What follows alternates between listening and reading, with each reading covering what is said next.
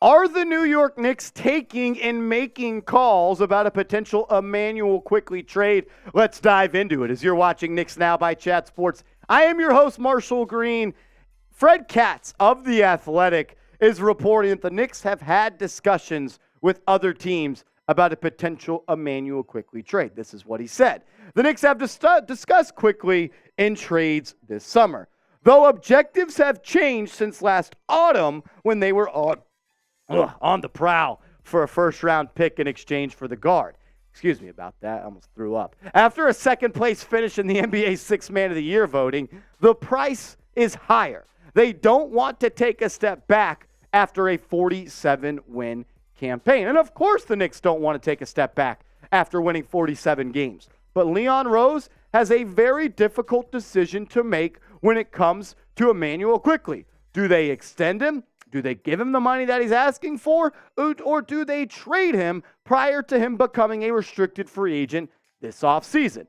If you're going to extend him, you better empty out the checkbook and the piggy bank because he wants a lot of money. Reports are coming out that Immanuel Quickley is looking for a 5-year, $100 million deal. That would pay him about $20 million per year. I'm no math wizard, but 100 divided by 5, $20 million. And if you're paid $20 million per year, that would make you the 33rd highest paid guard in the NBA in the year of 2023. And I don't think that that is an overpay for Immanuel Quickley by any means because he's better than Joe Harris, who's making $19.9. I think he's better than Spencer Dinwiddie. I think he's just as good as a healthy Malcolm Brogdon. I would take Immanuel Quickley over Terry Rozier. Anthony Simons is a really good player, but how much better is he than Immanuel Quickley? And you see Michael Conley making 24, and somehow Jalen Brunson is the 26th highest paid guard in the NBA. Shout out to Dallas, Mark Cuban. We appreciate you, my brother. Some recent contracts for some players that I think are in the similar, I would say, talent gaps as Immanuel Quickley is Tyrese Maxey. He recently got a deal of 5 years, $210 million. I don't think that Quickley is going to get that type of money. And to be quite frank with you, I think Maxey is a significantly better player than Immanuel Quickley. Jordan Poole, though, I think Quickley is better than Poole, but Poole won a championship and shot 40, 50, 90 in the playoffs. He got 4 for 140, and you saw Colin Sexton get 4 for 72. I believe 5 for 100 is a solid and fair deal for Immanuel Quickley. That's the deal I would offer him. But I want to ask you this question. What should the Knicks do with Immanuel Quickley, the runner-up in Sixth Man of the Year? Should they trade him or should they extend him? Type T for trade, type E for extend. This will be the pinned comment on today's video. So when you get hit with that YouTube ad break, scroll on down and let me know. If I was the general manager for the New York Knicks, I would pay Immanuel Quickley and sign him to this team. 1, because he's a damn good basketball player. 2, because he has not even reached, I would say, close to his potential. And 3, he makes this team better. I want to look at this graphic right here from Sportico. And it kind of just illustrates the point of who are the most valuable players in the league. These are the best value NBA players this past season. And Immanuel Quickley, who made just $2.3 million last year, was listed as one of the most valuable players per price in the NBA. You also see Quentin Grimes on there. Shout out to Leon Rose for getting 2 players on this team on this list. But he had an EPM of 2.2 and a LeBron stat of 2.0 and all-in-one wins added of 6.25.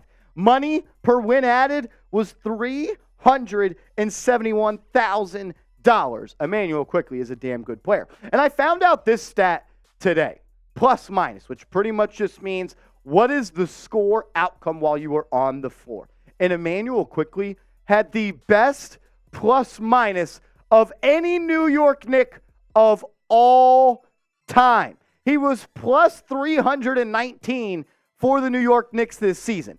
And to do that as a player coming off the bench for 70 games last year, or I guess it was 65 games last year, that is an impressive stat. Immanuel Quickley, he's an absolute stud, and I believe year 4 for Quickley is going to be one to watch. This is what he said. He's getting ready for year 4. Immanuel Quickley, quote, "My expectations for year 4 is to win. Take care of my body is a big part of my summer. In the weight room about 5 to 6 times a week, eating right, and then on the court, just working on pretty much everything, shooting, passing, ability to create for my teammates. I truly believe when I say this that we have not seen the best version of Immanuel Quickley yet. He is a player that can get it done on all ends of the court. He's an offensive stud. He's a defensive stud. He can score from 3. He can get to the cup, and he can create his own shot in the mid-range. He has that mean floater.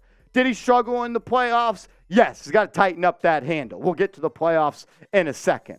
But the thing I love the most about Quickley is he fits next to the best player on this team really, really well. IQ and Brunson in the backcourt as a pairing is very effective. And I thought Mensa from Knicks Film School, great follow, good dude as well. Go check him out. Really illustrated this point really well. Said, guys, Immanuel Quickley and Jalen Brunson shared the court for 1,906 possessions last season, and together they had a net rating of plus 12, which was in the 98th percentile. With those two on the court and Quentin Grimes off, which was just over 1,000 possessions, the net rating goes from 12.1 to 15.8, which is in the 99th percentile, which means when Brunson and Quickley are on the floor, they are one of the best duos that this league has to offer. We'll talk more quickly around the corner, but you quickly need to go get a Knicks Now Real One t-shirt. I thought that was pretty cool. Go to chatsports.com/real Knicks. You can get the blue one. You can get the black one. Be a real one like my man OG, who's in the chat every single show. He just sent me a picture of him rocking the shirt. If you get the shirt, send me a picture on Twitter or Instagram at @MarshallGreen_, and we'll put you on the program. Let's talk about Immanuel Quickley and what he was able to do in his 3rd season in the NBA. This is a guy that upped his scoring total to 14.9, which was a career high for him. 4.2 rebounds. He also has given you 3.4 assists. I think he's one of the most underrated rebounders in this league, and I think he's one of the best perimeter defenders at the backup guard spot in this league. But the thing that impressed me the most about Immanuel Quickley this past year was his ability to be efficient. I mean, you saw the stats just then, 44.8% from the field, but 37% from downtown. Both career highs. But he's also able to take his game to another level when he has to slide into that starting role, which he did 21 times this year. And he averaged 22.5, 5 rebounds, 5 assists, 47% from the field, and 40% from downtown. But honestly, the last 51 games of the regular season for Quickley, he put up damn near all-star numbers. 18 points per game, 4 rebounds, 4 assists, and the efficiency stayed consistent. Elite, to be quite frank, 47% from the field and 40% from downtown. He was great in the regular season, finished the regular season strong,